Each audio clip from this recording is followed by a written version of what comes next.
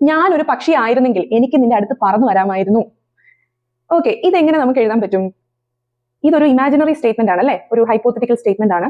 അപ്പം if I had been A bird, if I had been a bird, I could have flown to you. If I had been a bird, I could have flown to you. ഇത് third conditional ആണ്.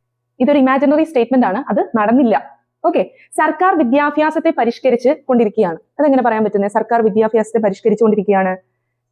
The government has been, എന്തായിരിക്കും പരിഷ്കരിച്ചുകൊണ്ടിരിക്കുക എന്നുള്ളതിന് നമ്മൾ എന്തായിരിക്കും പറയുന്നത്? Reforming education. Reforming education.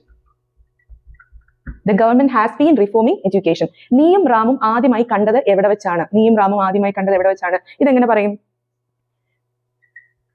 Where did you and Ram, നീയും റാമും പിന്നെ മീറ്റ് ചെയ്തത്? Meet each other.